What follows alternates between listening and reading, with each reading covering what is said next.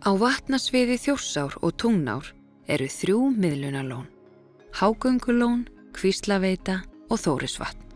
Kjalölduveita er nýr veitukostur, staðsett neðan Hofsjökuls á ofanverðu Þjórsárssvæði. Hlutverk veitunar verður það sama og Kvíslaveitu, að stýra rennsli úr Þverám og efsta hluta Þjórsár í Þórisvatn. Úr Þórisvatni rennur vatnið 6 aflstöðvar neðar í Þjórsá. Kjalölduveita er framkvæmd sem miðar að því að auka orkunýtinguna á því veitukerfi sem fyrir í efri hluta Þjórsár. Nú ávinningurinn er aukin orkuvinnsla sem svarar einni meðalvirkjun á þessu svæði án þess að reist yrði ný aflstöð.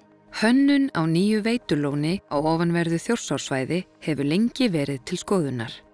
Eldri veitukostur, Norðlingaölduveita, var sett fram í nokkrum mismunandi útfærslum. Elstu útfærslur höfðu áhrif á Þjórsárver. Þær voru því endurskoðaðar og færðar út fyrir friðlandsmörk veranna. Lónið var minnkað enn frekar en eftir að tillaga stækkun friðlandsmarka Þjórsárvera var lögð fram, var í staðinn fyrir Norðlingaölduveitu settur fram nýr veitukostur, Kjalölduveita. Eftir að tekið hefur verið tillit til helstu athugasemda sem hafa komið í ferlinu tengt Norðlingaölduveitu, þá hefur verið búin til nýr virkjunarkostur, Kjalölduveita. Það engin áhrif frá þessari nýju veituhugmynd inn í friðland Þjórsárvera og engin önnur neikvæð áhrif í rauninni á friðlandi sjálft. Með Kjalölduveitu er Þjórsá stípluð 4 kílómetra norðvestan við Kjalöldur. Þar myndast Kjalöldulón sem verður 2,7 ferkílómetrar að stærð. Ofan við stípluna er aðrennsli skurður sem veitir vatninu að dælustöð. Frá dælustöðinni er vatni veitt eftir neðanjarðargöngum sem liggja Kjalöldur, en þaðan dregur veitan nafn sitt.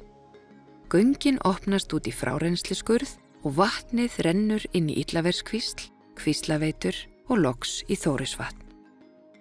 Kjalölduveita hefur áhrif á rennsli Þjórsár og vatnsmagn í Kjálkaversfossi og fossinum Dyng.